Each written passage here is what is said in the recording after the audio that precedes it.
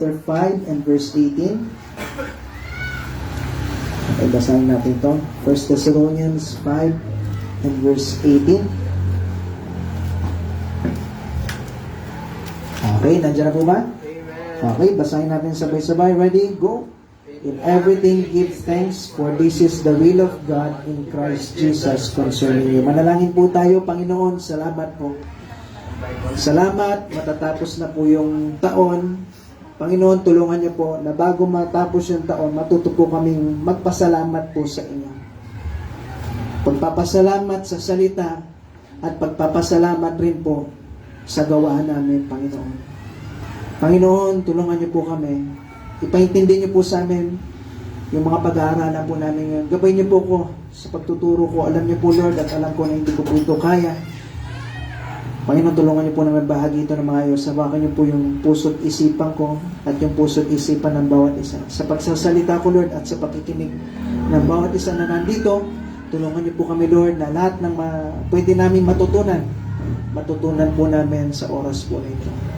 Panginoon, dinadalain ko po yung diablo, yung demonyo niya, laging gagawa ng paraan para magkaroon po ng distractions at hindi makapag-focus yung bawat isa. Tulungan niyo po kami, Lord, kung ano man po yung mapapakinggan namin. May sa puso talaga namin ito at may sagwa namin sa aming pambuhay. Purihin po kay Lord sa lahat ng bagay po na ito. Lahat ito'y dinadalay ko sa bigay ng pangalan, sa pangalan ni Jesus. Amen. Thank you po. So, pwede na tayo makupo. So, sabi niya dito, sa lahat daw ng bagay, no? In everything, eh. Pag sinabing everything, sa lahat ng bagay, ano sabi niya po? Give thanks.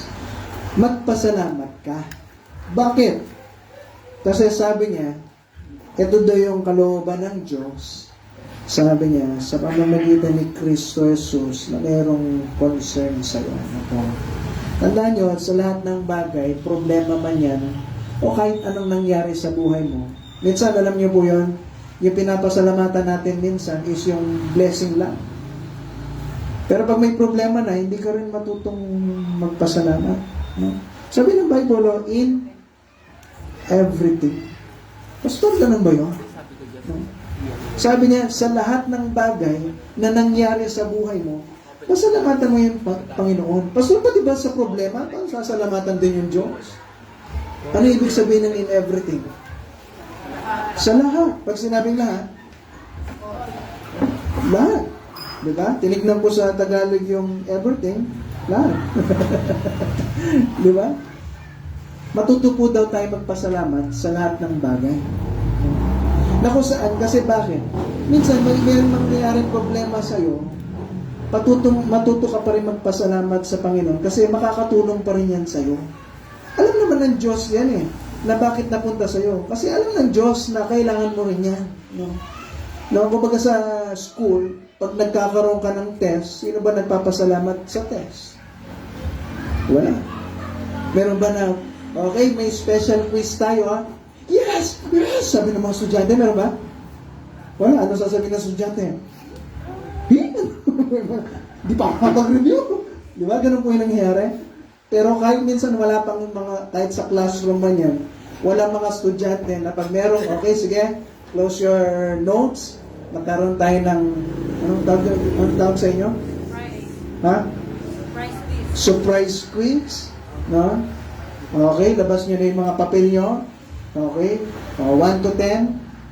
Pag hindi mo nakuha ng 10, bagsak ka. Try nyo na yun. Okay?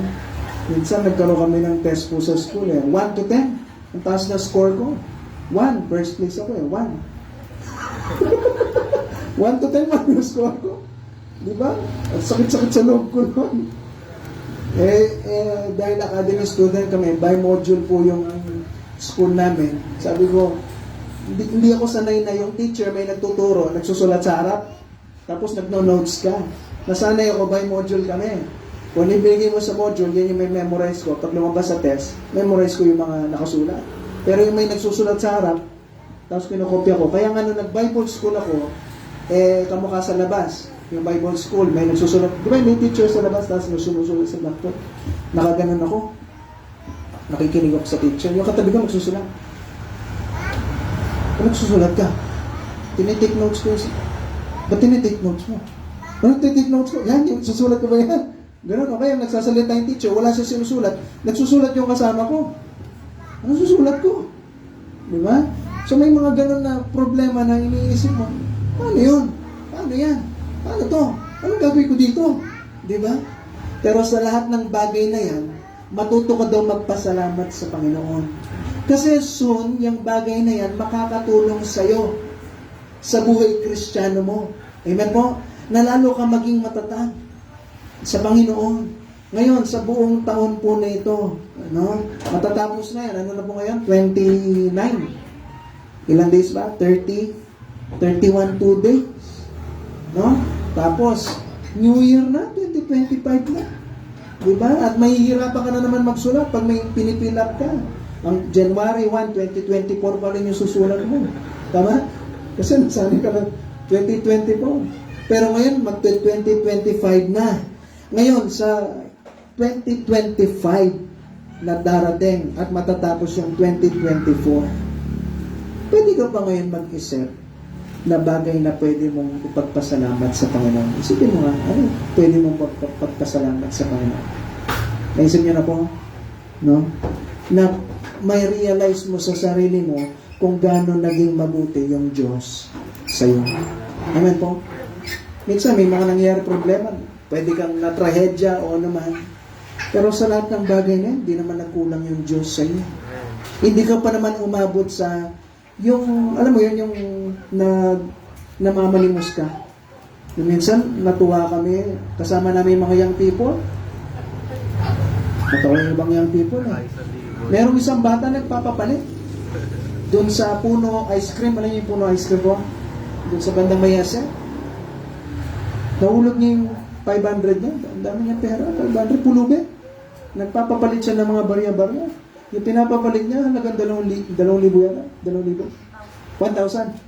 1,000. Sabi nung nagtitinda doon sa Puno, sabi niya, yung buong araw namin, 8 to 5, 500 lang per day. Ikaw naka 1,000 ka. Hindi pa tapos yung hindi pa tapos yung buong araw. Tapos natapon niya yung ibang barya. Eh, si Ate Renyo, katabi niya. Hindi niya na daw pupulutin. Kasi marumi na eh. Hindi niya na daw pupulutin. Sabi ni Ate Renyo, pulutin mo yan, sayang. Diba? Marami na daw kasi siya eh. Diba? Gusto niya na mag-part-time? Parang gusto ko mag-part-time. Sabi ko kay Jet, mag-part-time kayo kasi baka walang maniwala sa amin eh. Gaganon kami na dyan, baka walang maniwala sa amin. Sabi niya, mukha naman kayong busog. Sabi niya sa amin na. Okay, pero sa lahat ng bagay na yan, hindi mo nga naranasan yan. Tapos ang dami pa natin reklamo sa Diyos na po. Okay? Kahapon, umuwi kami, putang po kami ng Manila na po. Okay, pasyal kami ni Ate Remo. Nakapark yung mga sakyan namin. Nag-stop lang. Merong bata, may pang-spray siya, tapos yung may wiper. Alam niyo yun? In-spray niyang ganyan. Yung harap namin kasi, brand new yung sasakyan. Nissan Terra yata. In-spray niya ganyan. Tapos, winiper niya. In-spray niya sa likod, winiper niya. Akit siya dun sa harap. Doon sa may windshield. Akit sana sa maliit lang siya eh.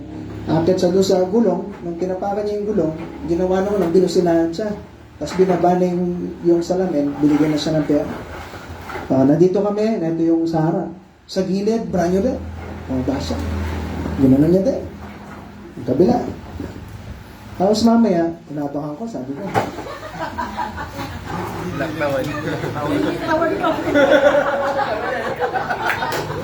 Tinapakan ko yung sa akin. Siyempre nga naman, lilinisin niya eh. Nilagpasan kami.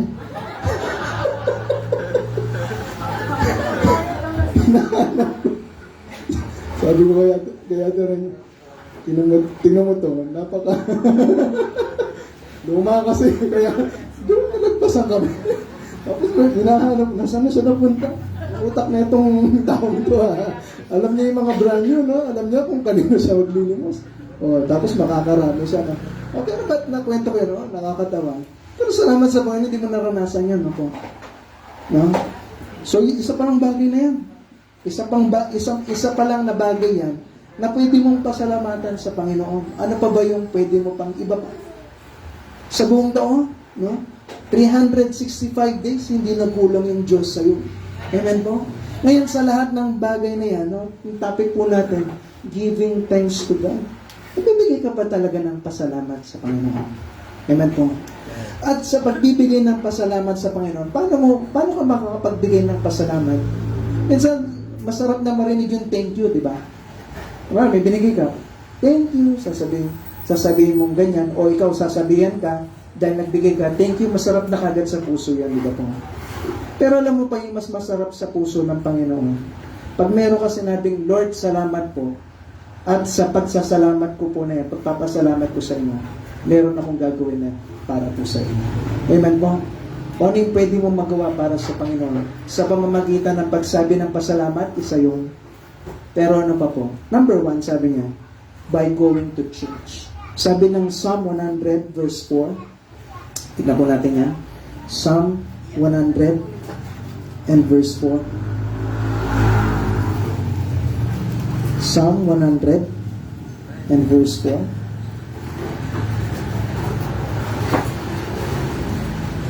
Nandiyan na po ba? Psalm 100 and verse 4. Okay, sige, basahin natin sabay-sabay. Ready, go. Enter into His gates with thanksgiving and into His courts with praise. Be thankful unto Him and bless His name. Ngayon, nagpapasalamat ka ba sa Diyos? Amen po, nagpapasalamat ka ba? Pwede ka ba magpasalamat na number 1, na pumupunta ka sa simbahan? Pag araw ng Panginoon, biro mo, 7 days, ibinigay sa atin. Sige, magtrabaho ka na dyan sa 6 days.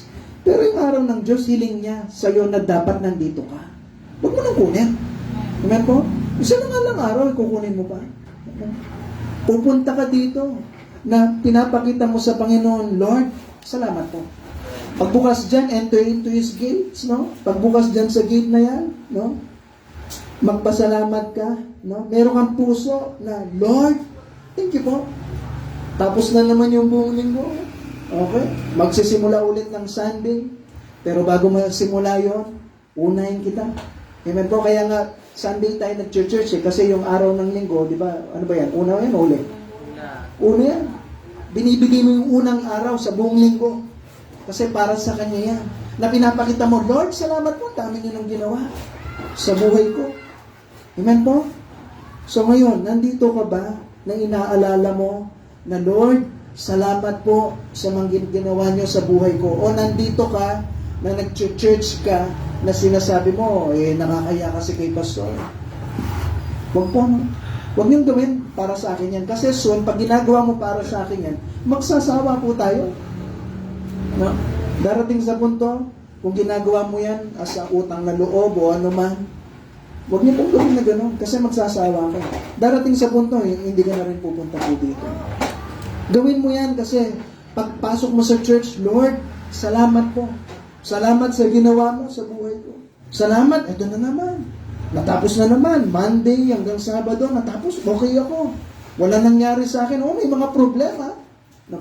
May mga pagkakasakit. Pero buhay pa kami lahat. Kumain kami sa buong linggo. Okay. Hindi ka umabot sa punto na namamalimos ka. O yung nagpupunas ka ng salamin na lalagpasan mo yung sa ganun na sasakyan mo. Diba? Hindi mo na-try yun. Yun pa nga lang isa ng pasasalamat yun sa Panginoon. Na hindi ka nandun sa labas, naghihintay, no? Hinihintay mo kung sino yung dadaan, kung sino yung mabibigyan ka, mainit, gano'n, na namamalimos ka. Salamat, yun pa lang, no po. Isang malaking pagpapasalamat na sa Panginoon. No? Huwag kang pupunta dito dahil nahiya ka. O kaya napupunta ka dito, nakakaya ba? Baka malita ko, di ako makapag-choir, no? Ang daming kailangan sa church, no? Natatandaan niyo yung unang time na nakapunta ka dito. Yung unang first time mo na naligtas. No? Yung excited ka. Amen po? Yung meron ka sa puso mo, mag-church na naman. Dati hindi ko ginagawa to No? Mag-church na naman, gigising ka na maaga. No? Kasi meron tayong church. Dati natutulog ka lang, bumagapon paglinggo. Okay, lalabas ka. Basketball o ano man yung ginagawa mo. Nag-iibagkwentuhan, nag-iibagchismisa sa labas. Ano yung latest, di ba? Marites, ano yung latest? Pakukuha niyo po yun. O nagtatrabaho ka. Pero sa lahat ng bagay na yan, no? Naalala mo, nung naligtas ka, excited ka. Pero sa lahat ng bagay na yan, habang tumatagal, minsan nawawala yung excitement, no? Bakit? Bakit? Kasi nakakalimutan mo, dahil lagi mo nang ginagawa, nakakalimutan mo ngayon na malaking pagpapala na una sa lahat, ligtas ka. No? Na yung mga pagpapala na dumadating sa buhay mo, dahil normal na lang. No? Normal na lang na nangyayari. Okay? Normal na lang na nangyayari. Tapos anong ginagawa natin? Nakakalimutan mo na. Na importante pala. Na napaka-special pala na gigising ka sa umaga, gumagalaw lahat. Gigising ka sa umaga, nakakakita ka. Gigising ka sa umaga, nakakalakad ka. Merong time nun yung isang pastor, ang nangyari po sa kanya, yung anak niya nagkaroon ng cancer, parang sa tiyan. No? Hirap po magdumi yung bata. Hirap magdumi yung bata. Sabi niya, doon niya daw na-realize na kahit pala pagdudumi lang, no?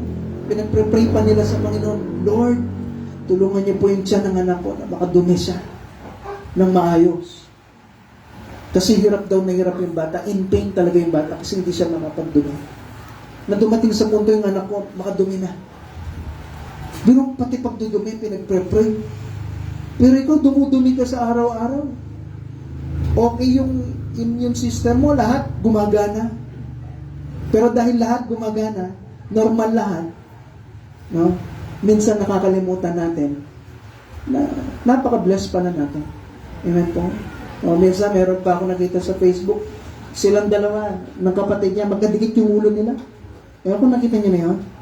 Magkadikit yung ulo, habang naglalakad sila, nakadumi sila. Pero mo yun, hindi mo nga naranasan yan. Umabo na yata sila na 62 years old. Parang gano'n.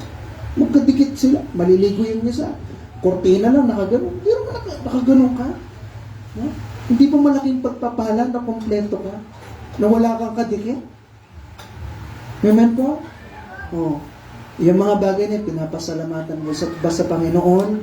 Kumusta po ba tayo? Number 2. Okay. By remembering what He has done. Sabi ng Ephesians chapter 5 and verse 20. Ephesians chapter 5 and verse 20. So, Galatians, Ephesians. Nandiyan na po ba? 5 and verse 20. Pakibasa po. Ready? Go. Thanks always for all things unto God and for our Lord Jesus Christ. Okay, sabi niya, giving thanks. Nagpapasalamat. Sabi niya, always. Amen po? Lagi. Sabi niya, for all things unto God and the Father in the name of our Lord Jesus Christ. So, nagpapasalamat ka sa Panginoon, una, sa pamamagitan ng salamat. Okay, good job. Papasalamat ka sa salita. O sa pagkilos mo, yung ginagawa mong pagpapasalamat sa Diyos. Una, sa pamamagitan ng pag-church. O pangalawa, sa pamamagitan ng pag-aalala na lahat, no, ginawa niya para sa iyo. Ano po? Kanina may nag-testimony dito, si Brother Jed, di ba? Papasalamat siya sa Panginoon na noon, gusto niyang kunin yung buhay niya. O pero ngayon, binago siya ng Panginoon. Amen po? Ito, binago ka ng Panginoon. Natatandaan mo pa ba yun? Ang gulo-gulo ng pamilya mo noon. Yung mga anak mo, ganito-ganyan yung ugali. Pamilya mo, ang gulo-gulo. Pero salamat, nakakilala ka sa Diyos. Natatandaan niyo po ba kung anong ginawa ng Diyos sa buhay mo, sa buhay ng pamilya mo? Amen po? Imagine mo, isipin mo. Minsan kasi ang problema, nakatingin tayo sa mga nangyayari sa buhay natin na hindi maganda.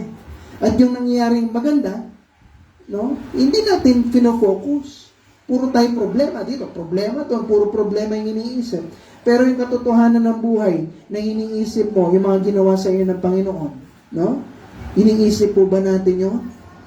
Ano na ba yung nagawa ng Diyos sa buhay mo? Pastor, marami na.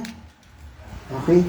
Sa dami ng ginawa niya sa iyo, pwede ba na yan yung makapag-trigger sa'yo na may isip mo, Lord, salamat po, at ito yung buhay ko, gusto ko, mapasaya naman kayo. Amen po?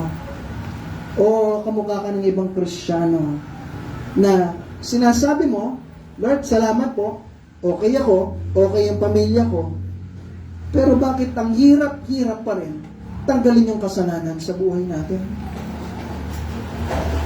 Bakit ang hirap-hirap pa rin talikuran yung mga bagay na hindi naman gusto ng Diyos? No? Ano ba nagawa sa iyo ng Diyos at nagawa niya sa akin na patuloy tayo dun sa kasalanan na yan? Amen po? Na kung saan ang dami na nang ginawa ng Diyos para sa iyo na ginagawa mo pa rin na yung iba't ibang bagay para saktan yung Diyos. Tingin niyo po, nag-enjoy yung Diyos sa iyo habang pinapanood ka niya na patuloy ka pa rin sa kasalanan na yan. Kala ko nagpapasalamat ka po sa Kanya.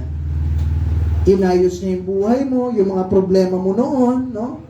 Mapabahay man yan, mapalupa man yan, mapapamilya man yan, papagaling sa'yo, nako, o yung mga iba't ibang bagay na problema mo noon, problema mo sa asawa mo, problema mo sa mga anak mo, problema sa trabaho, problema sa school, lahat ng mga iba't ibang bagay na yan, pinoproblema mo, tapos dumating sa punto, nakakilala ka sa Panginoon, nakapag-church ka, na-invite ka dito, at nakita mo, parang iba itong simbahan na to Tapos church ka ng church, nako, hanggang sa nakilala mo talaga yung Panginoon sa buhay mo. Pero ito ka ngayon, patuloy ka pa rin sa mga bagay na ginagawa mo mga kasalanan. Ano bang ginawa ng Diyos na kasalanan sa'yo? Bakit tinatrato po natin siyang ganon? Bakit patuloy ka pa rin sa kasalanan? Bakit nag-e-enjoy ka pa rin sa mga bagay na alam mo, hindi naman natutuwa yung Diyos? Kaya naman po, at ako naman po yung nakakalam ng mga bagay na yun. Na kung saan, iniisip mo, no? Pag nandyan ako, mahiya ka na gawin yan. Tama po? Pero hindi ba iniisip, kahit wala ko, nandyan yung Diyos? Na tinitignan ka niya? Na binabantayan ka niya? Na tinitignan niya kung okay ka pa rin ba? No? Kung Kristiyano ka pa rin ba magmula sa church hanggang sa bahay mo? Kumusta po ba tayo? Minsan alam na nating mali, pero pinipilit pa rin natin gawin. Pinipilit pa rin natin mag-enjoy sa kasalanan. Tapos ito ka ngayon, tinatago-tago mo pa. Hindi ko alam sino po sa inyo. At ayoko rin kayong bantayan. Pero lagi mong tandaan, ang dami ng ginawa ng Diyos sa buhay mo at sa buhay ng pamilya mo. Tapos patuloy ka pa rin dyan. Ano ba yung sinasabi ng Bible patungkol dyan? No? Sabi ng Hebrews chapter 10 and verse 29. Nasabi ko na ito ng mga last Wednesday, no? Pero yung iba sa inyo wala. Maganda matapik natin po ito. Hebrews chapter 10 and verse 29. Sa verse 26, Hebrews 10 verse 26, tignan nyo lang po ito. Yung mga walang Bible na pakishare niyo po sila. Hebrews 10 verse 26. Para makita nyo sa Bible galing po ito. Sabi ng Hebrews 10 verse 26, for if we sin willfully, pag nagkasala ka daw ng sinasadya mo, alam mo naman tama alam mo naman yung mali, pero sinasadya mo, sabi niya, for if we sin willfully, sinadya mo daw yung kasalanan mo, pagkatapos mo daw narinig, no? O natanggap yung knowledge of the truth, yung katotohanan na alam mo, hindi naman dapat gawin, pero ginagawa mo pa rin, no po? There, ang sabi niya mo dyan, remaineth no more sacrifice for sins. Yung ginagawa sa iyo ng Panginoon, baka sinasadya mo, walang kapatawaran dyan. No? Magagalit yung Diyos dyan sa iyo. Okay, parang mag-echo ha. Biglang hindi ako lang. Okay, pindutin mo yung katabi ng EQ. Okay. So, tuloy natin. Sabi niya po dito sa verse 29, of how much sorrow, pag sinabing sorrow o mas matinding punishment, okay, sabi niya dito, suppose ye shall he be thought worthy who hath trodden under foot the Son of God, and had counted the blood of the covenant, wherewith he was sanctified, an unholy thing, and had done despite unto the Spirit of grace. Anong ibig sabihin niya dyan? Pag sinasadya mo din yung kasalanan mo, no? Yung ginagawa sa iyo ni Kristo, no? Biro mo ikaw, pinatawad ka na ng Diyos. Ginawa na niya lahat para sa iyo, at buong taon matatapos. Pinagpala ka niya, okay ka, okay yung pamilya mo. Tapos patuloy ka pa rin na sinasadya yung mga kasalanan mo. Ang sabi ng Bible, anong klaseng parusa yung gagawin daw sa iyo? Nung unang panahon nga pag meron silang ginawang kasalanan na matindi, no, na pinagbabawal ng Panginoon, pag merong 2 o 3 witness, gagawin, babatuin ka hanggang sa mamatay ka. Paano pa kaya yung sinasadya mong kasalanan ngayon? Na sinabi ng Bible, sabi niya dito sa verse 29, na kung saan sabi niya, of how much sorer punishment, mas matinding parusa daw, na ibibigay sa iyo, na kung saan parang yung ginawa mo, tinapakan mo daw yung Panginoon. Pero may Panginoon napako sa krus para sa iyo, para iligtas ka niya. Tapos sadyang mga kasalanan, ang ginagawa mo daw, parang tinatapakan mo si Kristo sa mga ginawa niya sa iyo. Hinalimbawa ko to at halimbawa ko ulit kasi yung mga iba hindi narinig Imagine niyo, sino may mga anak din? Si Ate Lisa, may anak. Si Ate Ruby, may anak. Okay? Si Ima, may anak. Si Ate Karen, o si Ate Angeline. Sino pa may anak dito? Yan, si Ate Jessie, may anak. No? Si Nanay, si Ate Ren. No? Si Nanay ni Mensha. Si Ate Glo. Imagine niyo, no? Inalimbawa ko na to, pero imagine niyo yun, sa mga hindi pa nakarinig. Yung anak mo, may kaibigan siya, nasusunog yung bahay. Ang ginawa ng anak mo, kinuha niya yung kaibigan niya, hinila niya. Niligtas niya. At nung niligtas niya, no, nakalapnos yung balat ng anak mo. Sobrang sakit ng naramdaman niya.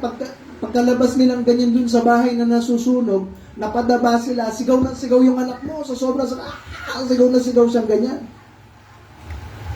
Tapos yung kaibigan niya, nakabuset. Sabi niya, ba't niligtas mo ko? Sabi niya nila. At tapos nakita mo yung sitwasyon na nangyari, sakto na tiyempo mo. No? Tapos ang nangyari, ginawa ng kaibigan niya, pinagtakadyak yung anak mo. No?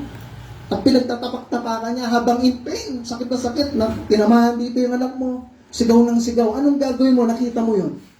Si Kuya Rex, anong gagawin mo? O, ginawa niya kay Rexy. Anong gagawin mo? Sabihin mo, kahit pastor ako. Walang pastor minsan No? Makasalanan din ako. O, anong gagawin ni Kuya Dennis? Pag nakita niyo si Dennis, ganun nangyari. O, si Jet. Ay, pastor, okay lang, para medyo natapis ng konti yung ay, bebero lang. Anong gagawin niyo? Tinadyakan yung anak mo.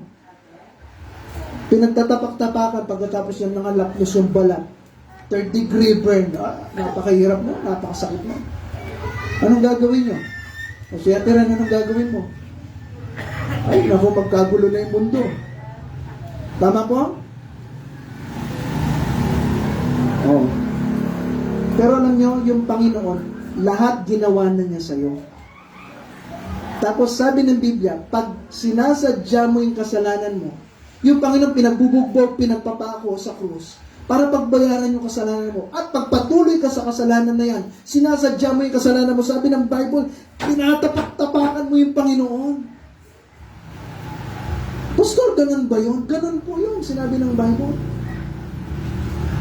At dahil ganun yung ginagawa mo, sabi ng Bible, sorer punishment yung ibibigay sa'yo. Alam mo na yung tama, tapos hindi mo ginawa. Sabi ng Bible, nakikita ka ng Diyos, na ginaganyan mo yung anak niya. Pagpatuloy ka sa kasalanan, no? Imbes na pasalamat ka sa Panginoon, lahat ginagawa mo para sa Kanya, tapos patuloy ka sa kasalanan. Ang sabi ng Bible, hindi hayaan ng Diyos na ganyan-ganyan na.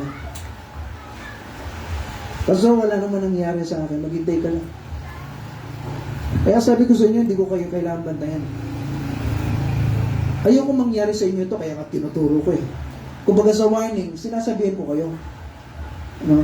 Kumbaga, nakita ko, hindi mo napansin, bawal pumasok dyan, may aso. Hindi mo napansin. Sasabihin ko sa'yo. Pero kung pumasok ka pa rin dyan, ano magagawa ko? Nakuha niyo po? Ikaw may desisyon niya. So, anong dapat mong gawin? Pero biyaya ng Panginoon. Nandito ka sa church. Biyaya ng Panginoon, okay ka, okay yung pamilya mo. Anong dapat mong gawin? Ayusin mo yung buhay mo. Amen po?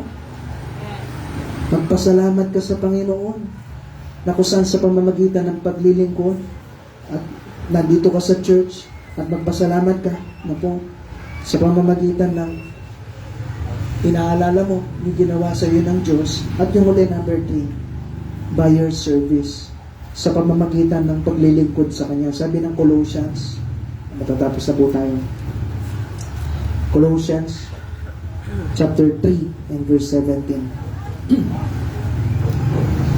Colossians chapter 3 and verse 17.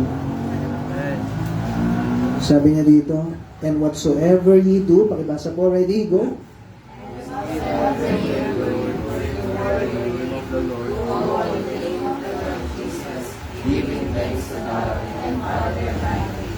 Sabi niya kung ano daw yung ginagawa mo sa salita man yan o sa deed, sa pagkilos, gawin mo yan, no?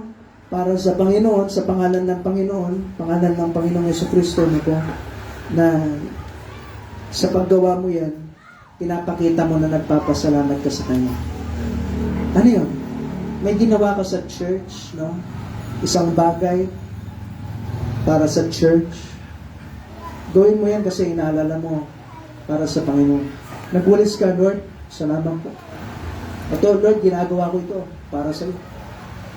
Nagugas ka ng plato, nagbigay ka ng tubig sa mga bata o kahit kanino man. Yung meron kang ginawa dito sa loob ng church, nag-design ka ng mga design na ganyan, nag-invite ka ng mga tao, okay, nagbibigay ka ng babasahin sa mga ibang tao, iniisip mo na ginagawa mo yan, Lord, para sa inyo ito. Alam mo yung simpleng pagkwento lang na kung saan may gathering yan, ako kung may mga gathering kayo sa January 1, yung simple lang, may mga babasahin tayo dyan, kuha po kayo, nandyan sa lamesa. Libre lang po yan. Na kung saan pag kinuha mo yun, binigay mo sa iba, na iniisip mo, Lord, para sa inyo to, nahihiya ako, bibigay ko to sa kamag-anak ko, baka tawanan niya ako. Sabi niya, nag-church ka na pala, kasama ko na naglalasing noon. Di ba? Pwede ganon. Pero simpleng ganon. Hindi, ngayon, nagbago na ako ito, para sa'yo. Nalaman ko doon sa church na pinupunta ko kung paano makasigurado balang araw langit. Kung niyo po yun, yung simpleng ganon iniisip mo, hindi mo ginagawa dahil sinabi ko, o dahil sinabi ng ibang tao, o para pakitang tao, no? Pero ginagawa mo yun, Lord, kasi alam ko, ito yung bagay na kinakasaya mo eh. No? So gagawin ko, ibabahagi kita sa iba. Kasi bakit? Inaalala mo na, Lord, ito, para sa ito, pasasalamat ko. Kasi mahal kita.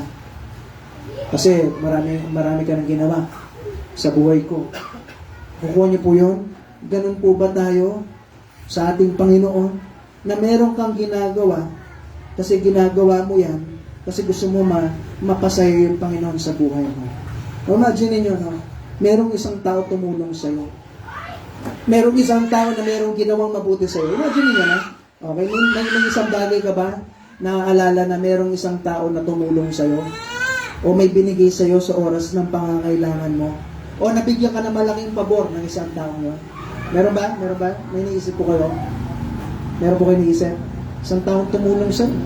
O nagbigay sa'yo ng isang bagay? Okay, may naisip na po ba kayo? O. Ngayon, sa taong tumulong niya, no? Di ba pag nandyan siya, anong gagawin mo? Papansinin mo, hindi? Papansin mo, di ba? Kasi may ginawa siya para sa no? At salamat, no? Tapos, gagawin niya pa, kung meron kang pwede maibigay, tubig man yan o ano, gagawin mo yan. Lalo-lalo na kung bumisita sa bahay niyo. Salamat sa inyo, pag bumisita kami, no? Na-appreciate po namin kayong lahat. No? Inaasikaso niyo po kami ni Ma'am Renny. Pero sa lahat ng bagay na yan, no? Kunwari, yung taong yan, pumunta sa bahay mo, bumisita sa bahay nyo. Imagine niyo, bumisita. Yang taong tumulong sa'yo, yung taong merong ginawang malaking pabor sa'yo, o sa pamilya mo, bumisita. Nangyari, nauna siya. Walang tao sa bahay. Tapos ito ka ngayon, kakarating mo, pagod na pagod ka, galing school, galing trabaho. Gusto mo na magpahinga, asing talaga masakit yung ulo mo, gusto mo na magpahinga. Pagdating niya sa bahay niyo, pagdating, uy, nandito ka ngayon. Anong gagawin mo? Uwi ka na, masakit ulo ko. Ganun ba? Anong gagawin niyo po? Kahit pagod na pagod ka, anong gagawin mo? Entertain mo, di ba? Masakit ulo mo, alam niyo yan, na-try niyo na ba yun yung tumitibok yung utak mo? Doon mo nalaman na, ay, may utak pala ako, may tumitibok eh. Na-try niyo na yan, yung gumaganon-ganon yung utak mo. Di ba, napakasakit nun? Pero may tao eh. Anong gagawin niyo?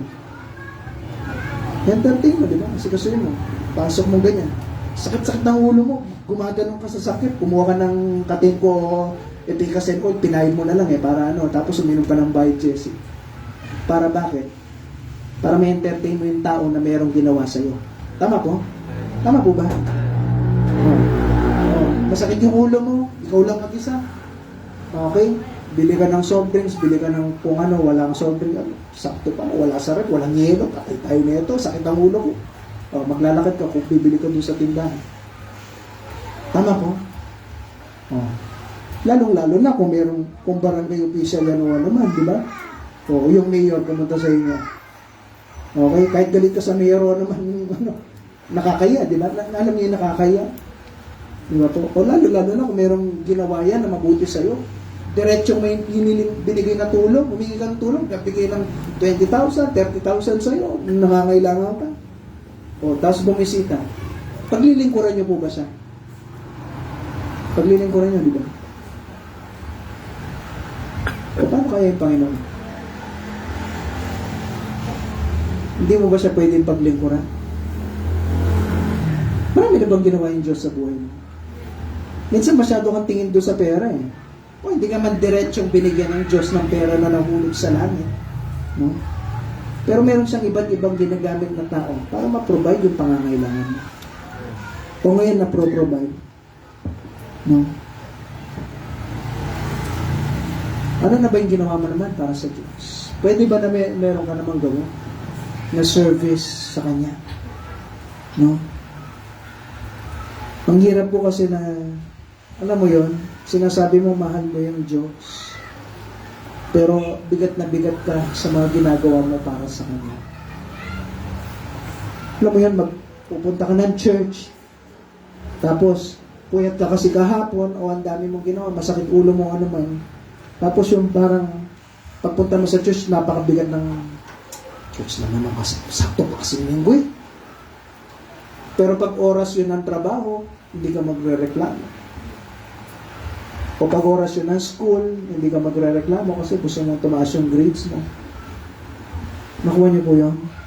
Kumusta po ba tayo sa ating buhay Kristiyano? No? Kahapon, no, sinabihan ko yung mga choir member, nagkaroon kami konting devotion. At tapos, nagkaroon kami konting fellowship dito sa capital town. Meron akong devotion sa kanila. Pero alam mo yan, galing ka Manila, pagod ka sa pagtatrabaho, pagod ka sa pagbiyabiyahe. No? Kala ko noon, napakadali lang mag-drive. Mayroon pala. Siguro ni Kuya Rex yun. No? O si Sir Jonathan. Pero ano, automatic yung kay Kuya Jonathan. Ay, puno, nahulog na naman. Okay? So, imagine niyo no? Imagine niyo tumatapak ka ganyan, 1 oras, 2 oras, ginaganyan-ganyan mo yung paa mo. Diba nakakapagod yun. Pero sabi ko sa kanila, tuloy-tuloy kami, pero nakikita nyo nandito kami. Bakit? Kasi gusto namin kayong mapasaya. Kasi naglingkod kayo dito sa choir. May choir fellowship po kami. Gusto namin ma-appreciate yung ginagawa namin. Pero kita mo yun, sabi ko sa kanila, kahit pagod, nandito kami ngayon. Kasi bakit? Pwede ko i-reklamo yun eh. Tsaka ano. Pero ba't nandun kami? Kasi pinapakita namin sa Panginoon at sa inyo na ready kami maglingkod kasi ginagawa namin yun sa Diyos. Yung Diyos na marami nang ginawa sa buhay ko. Itong konting sakripisyo ko para sa Kanya, hindi ko ba pwedeng gawin? Hindi ko ba pwedeng paglingkuran din siya? Ngayon, may mga church member tayo dito. O kumusta ka sa buhay kristyano mo? Ano yung pwede mong masabi na ginagawa mo para sa Diyos? Pastor, nandito ako ngayon, nag-church ako. Yan na ba yung pwede mong may pagmalaki sa Diyos? Na ginagawa mo para sa Kanya? Pastor, naghuhugas ako ng plato. Yan na ba yung pwede mong magawa? O pwede mong dagdagan pa? Pwede mong extra pa? Pero kung bumisita yung tao na merong ginawang tulong sa'yo at saka sa pamilya mo, imagine mo, no? Yung malaki talaga yung utang na loob mo sa kanya. Binigyan ka ng 100,000, bawang ka sa utang, gano'n ako naman. Oh. Tinulungan ka niya, hindi na niya pinabalik yun. Di ba malaking pasasalamat mo? Pag dumating siya, handa mo tubig, tsaka sakto, may ano kayo doon, may dilis kayo. O yan, sige, merienda ka na. Yun yung bibigay mo. Yun kasi yun nandun eh. Yun po ba ang gagawin niyo? Hindi, di ba? O, anong gagawin niyo? Bibili ka ng pandesal, pastor, na walang palaman. O kaya sabi niya, cheese pandesal. Yung cheese niya gano'n. Gano'n lang kaya. Hinahanap mo yung cheese. Nawawala yung cheese. Di ba? Yun ba yung bibigay nyo? Yun ba? Ay, sabi ko sa iyo, kahit wala kang pera, kahit yan na lang yung pang-dinner nyo mamaya, kahit 100 lang yan, gagastusin mo yan. Tama po? Kasi bakit? Special yung taong yun. Malaki yung utang na loob mo doon sa taong yun. Tama po? Ang dami niyang ginawa para sa iyo. Eh, paano yun sa Panginoon? Marami na bang ginawa yung Diyos sa iyo? Bakit pag sa tao, focus ka na bibigay mo lahat eh. Kung pwede ka mangutang na para lang pasasalamat mo eh. May bagay ka sa Kanya. O paano naman sa Diyos? Ano yung ginawa mo para sa Kanya? 2024, matatapos na. Pwede ba naibigay mo? Yung pagpupunta mo sa church, lagi, Sunday, tsaka afternoon, kompletuhin mo na. Amen po? O, pwede mo ba ibigay na yung pag-iisip mo at sa pagkikilos mo, inaalala mo, Lord, ito, gagawin ko ito para sa iyo kasi dami mo nang ginawa para sa akin. At yung uli, pwede mo ba ibigay yung paglilingkod mo sa Kanya? Sabi mo, dami na nang ginawa ng Diyos sa buhay. Di pa ba pwedeng ayusin? Ano po? At lagi mong tandaan, pag hindi mo inayos, kung totoo kang anak ng Diyos, papaluin kayo. Huwag mo nang hintayin na meron pang mangyari. O kaya meron pang talagang matinding mangyari. Kasi minsan yung bata, di ba? Pag pinalo mong ganun lang eh, tatawanan ka pa niyan eh. Tama? Tama po? Hanggang sa, tumigil ka na. Tatawanan ka pa niyan, makulit pa rin. Tumigil ka na. Medyo, lalaba pa. Pero pag titigil o hindi? Titigil. Huwag mong hintayin na yung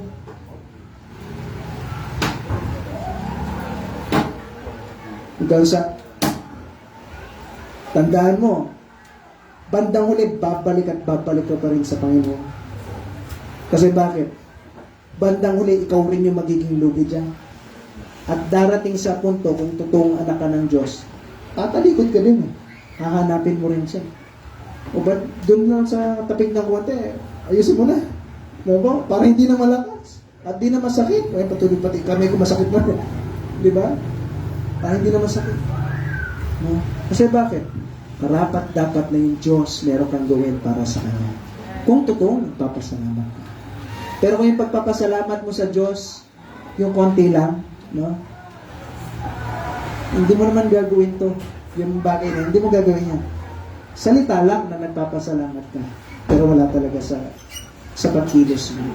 Pero kung totoo po tayo na nagpapasalamat sa Diyos, gagawin niyo po yan. Amen po. Tayo po tayo lahat. Tapos na po tayo. Paigsilan tayo.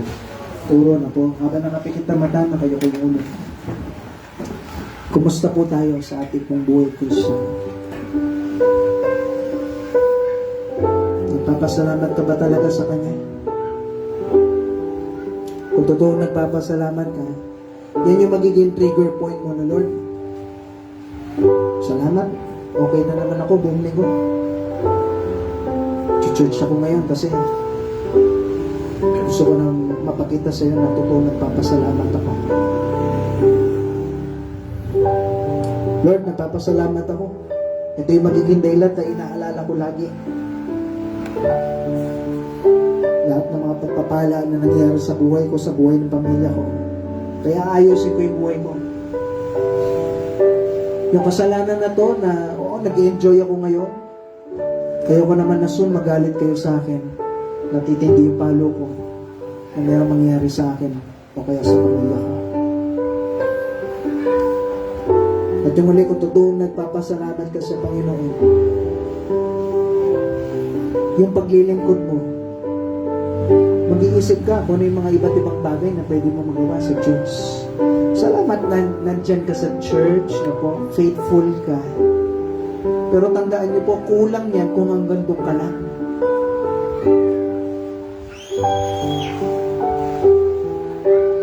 Kontento ka na ba na umuupo ka lang dyan sa church, tapos na?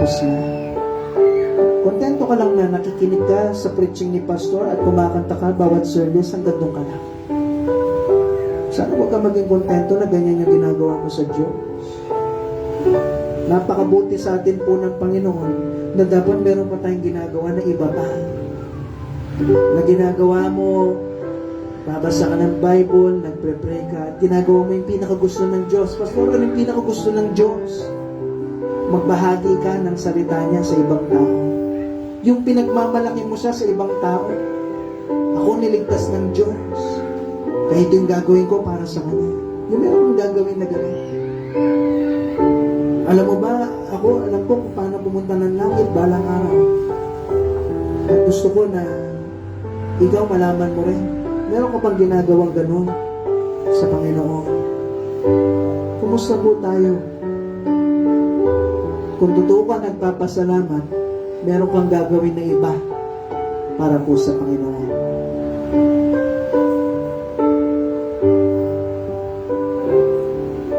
Pwede po ba ngayon? Manalangin tayo. Kung may mga pagkukulang na, Pastor, wala ako, ganyan na ako eh. Hindi po, pwede nating baguhin. Pwede ayusin, pwede kang bumalik sa Panginoon. Tandaan niyo yung Panginoon, mahal ka niya. At ayaw ka niyang mapariwara. Kung tinamaan ka ngayon sa preaching, hindi ko kayo pinapatamaan po dito. May pinapaisip sa atin yung Panginoon. Pwede mong ayusin yan, pwede po nating baguhin. Huwag ka maging kontento po na patuloy ka sa kasalanan o patuloy ka na hindi magiging magpapasalamat sa Diyos natin. Huwag po tayo maging gano'n. Alalahanin po natin yung Panginoon. At gawin po natin yung pwede natin magawa naman para sa Kanya. Kung totoo nagpapasalamat ka sa Kanya, meron ka dapat ginagawa talaga na iniisip mo na natutuwa yung Diyos sa buhay mo. Dapat ganun po tayo. Alalahanin mo mga ginawa niya para sa iyo. At mag-isip ka ngayon na, Lord, ano yung pwede kong magawa para sa iyo. Tandaan niyo po, hindi mo pwede mapagmalaki sa Diyos na nag-church ka. Hindi mo pa magmamalaki yan sa Diyos.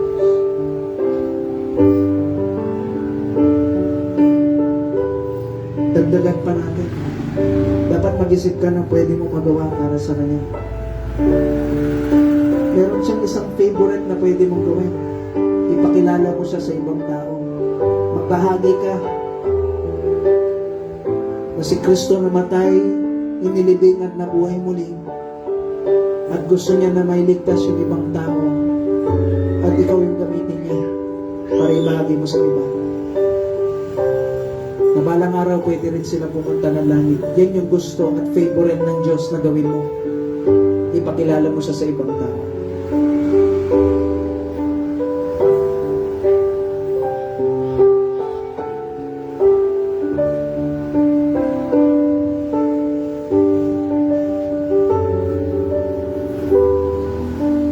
po manalangin tayo, Panginoon. Salamat po. Salamat sa lahat ng ginawa niyo po para sa amin. Panginoon, tulungan niyo po. Dito po yung maging trigger point po namin. Nahanapin po namin kayo sa aming pong buhay. Na mag-church kami, inaalala namin na ito yung gagawin namin kasi as pasasalamat po sa inyo sa lahat ng ginawa niyo po sa amin. Na inaalala po namin sa araw-araw mga iba't ibang bagay na ginawa niyo, kaya meron naman po kaming gagawin para sa inyo. At yung uli, Lord, yung mag-iisip kami ng paraan na ibahagi namin kayo sa iba. Kasi ito yung pinaka-favorite yung gawin namin. Na ipalaganap yung salita po ninyo na merong kasiguraduhan na langit balang araw. Panginoon, salamat po sa lahat ng bagay po nito. Salamat rin po, Lord, sa nagbigay ng mga speakers at amplifier. Palayin niyo po sila, Lord. Pakita niyo na pag merong ginagawa para po sa tulong, para po sa inyo pong bahay, sambahan, ay meron pong pagpapala sa mga bagay po nito. Purihin po kayo, Lord, sa lahat ng mga ginagawa niyo po para sa amin. Panginoon, tulungan niyo po. Kung meron pang patuloy dito sa mga kasalanan, tulungan niyo po, Lord, na dumating na sa punto, magkaroon po sila ng realization na kayo lang po naman talaga yung kailangan nila. Mahirap pong baguhin, pero sa tulong po ninyo, Lord, magagawa naman po. Habang may buhay, may pag-asa. Habang buhay, Lord, pwedeng maayos lahat.